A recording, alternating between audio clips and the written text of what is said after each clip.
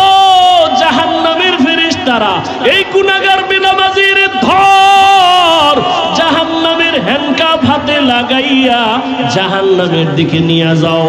ও আল্লাহর বান্দারা, সূর্যের গরম সইতে পারি না, জাহান্নামের আগুনের গরম কেমনে সহ্য করবা? কিয়ামতের দিন ভয়ঙ্কর অবস্থা হবে, আমার উম্মতের কি উপায় হবে এই চিন্তায় কান্না করি।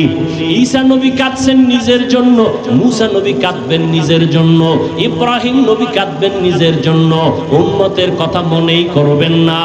আর আমি আখিরি নবী সিজদায় পড়ে কাঁদবো, একবারও আমার কথা বলবো না।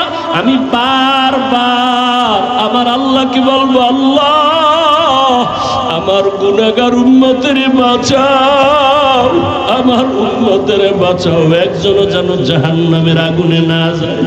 আমার উম্মত যদি জাহান্নামের আগুনে যায়, আমি জান্নাতে যাব না। নবীর কান্না দেখিয়া আমার আল্লাহ বলবে, নবী কাঁদিয়ে